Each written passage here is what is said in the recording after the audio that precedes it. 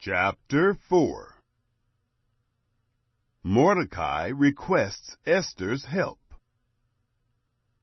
Now when Mordecai found out all that was done, Mordecai tore his clothes, and put on sackcloth with ashes, and went out into the midst of the city, and wailed loudly and bitterly.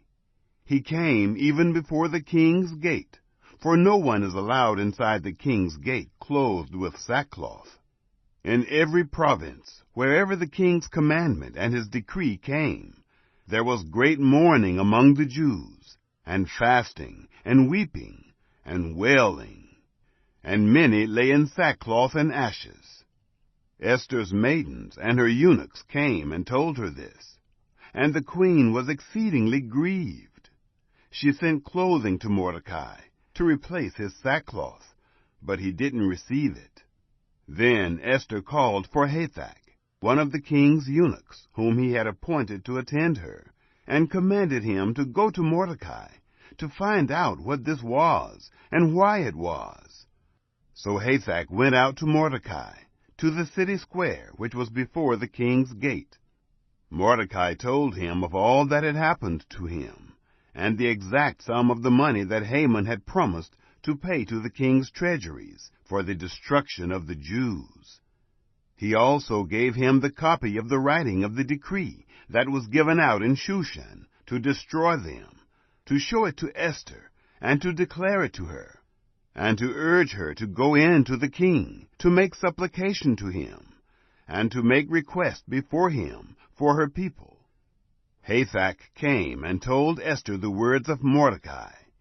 Then Esther spoke to Hathach, and gave him a message to Mordecai.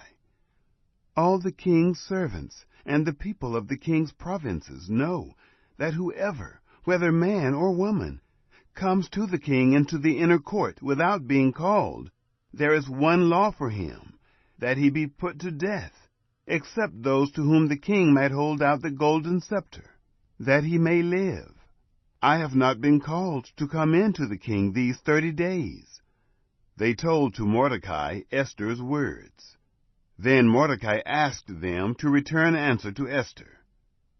Don't think to yourself that you will escape in the king's house, any more than all the Jews.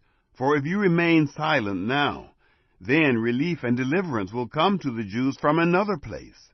But you and your father's house will perish. Who knows if you haven't come to the kingdom for such a time as this? Esther agrees to help the Jews. Then Esther asked them to answer Mordecai. Go, gather together all the Jews who are present in Shushan, and fast for me, and neither eat nor drink 3 days, night or day. I and my maidens will also fast the same way. Then I will go in to the king, which is against the law, and if I perish, I perish. So Mordecai went his way, and did according to all that Esther had commanded him.